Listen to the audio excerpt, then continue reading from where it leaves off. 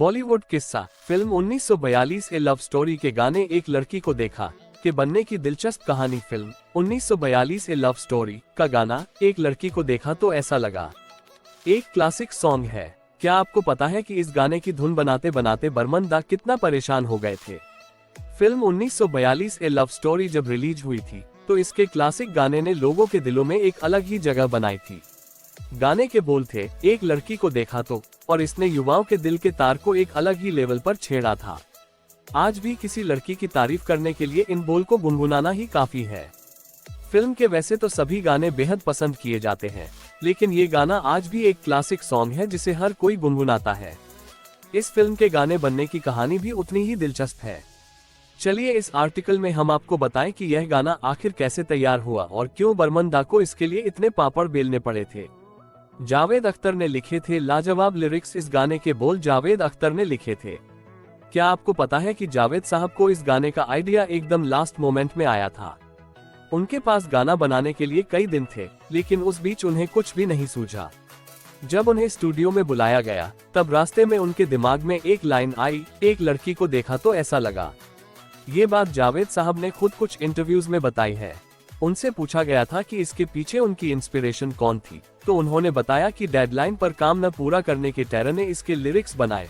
उन्होंने एक इंटरव्यू में बताया था, मैंने जब पहली बार 1942 ए लव स्टोरी की स्क्रिप्ट सुनी थी तो मुझे लगा कि इसमें ऐसा गाना होना चाहिए जहां लड़का लड़की को पहली बार देखे और उसे लव एट फर्स्ट साइट हो जाए। इसके बारे में आगे बात करते हुए उन्होंने बताया था, स्क्रिप्ट में गाने के लिए कोई खास सिचुएशन नहीं थी, लेकिन जब मैंने बात की कि ऐसा गाना होना चाहिए तो मुझसे कहा गया था कि गाना भी मैं लिखूं। कई दिनों तक मैं गाना लिख नहीं पाया था और मुझे ये बात खराब लग रही थी, क्योंकि इसका सुझाव तो मैंने ही दिया था। एक दिन मुझे स्टूडियो बुलाया गया। स्टूडियो जाते जाते अचानक यह विचार मेरे मन में आया और यह गाना तैयार हुआ। आपको बताएं कि जावेद साहब को गाने के बोल तब भी पूरे नहीं आए थे। जब वो बर्मन दा के पास पहुंचे तो उन्होंने यही एक लाइन बर्मन दा को बताई और कहा कि इसके बाद वो सिमिली का इस्तेमाल करेंगे। कैसे पंचम दा के पास पहुंची फिल्म 1942 ए लव स्टोरी। पंचम दा एक लेजेंड है और उनके गाने आज तक सुने जाते हैं। पंचम दा धुनों के साथ इतनी खूबसूरती के साथ खेलते थे कि गाना अपने आप क्लासिक बन जाता था।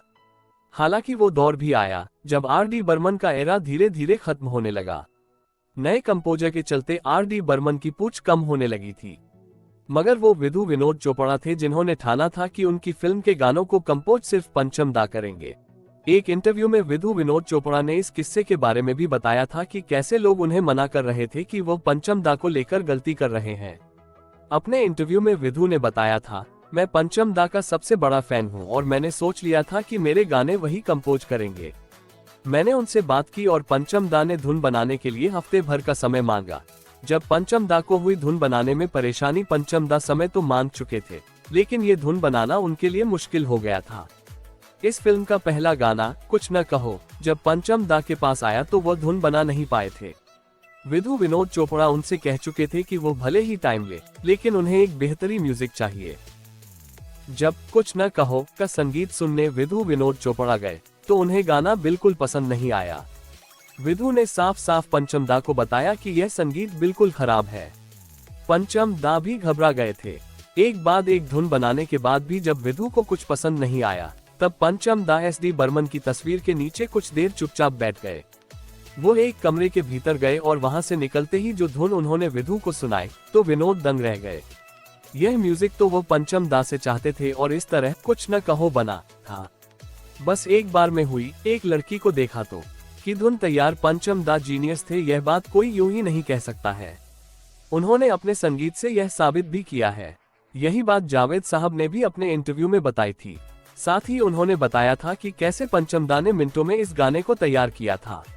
जब जावेद साहब बस एक लाइन के साथ पंचम दा के पास पहुंचे तो उन्होंने जावेद साहब से इसके स्टैंजा को लिखने के लिए कहा। जावेद साहब ने ऐसा किया और बोल पढ़कर पंचम दा को सुनाए। उन्होंने तुरंत इसकी धुन अपने दिमाग में क्रिएट की और इस तरह एक लाजवाब गाना तैयार हुआ। माधुरी दीक्षित थी फिल्म की पहली पसंद। इसी तरह माधुरी दीक्षित फिल्म की पहली पसंद थी। जी हाँ, अगर सब सही चलता तो शायद इस फिल्म में मनीषा कोइराला नहीं, माधुरी दीक्षित ही होती। इस फिल्म के लिए उनके कई लुक टेस्ट भी किए जा चुके थे।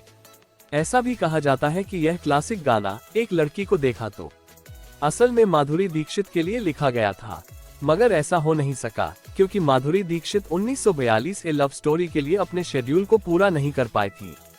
तभी उनकी जगह मनीषा कोइराला को लिया गया। देखा है न कितना दिलचस्प किस्सा। अब बताइए आपको ये कहानी कैसी लगी। अगर आपको ये तो इसे लाइक और शेयर करें और हम आपके लिए इसी तरह बॉलीवुड के रोचक किस्सों को लाते रहेंगे।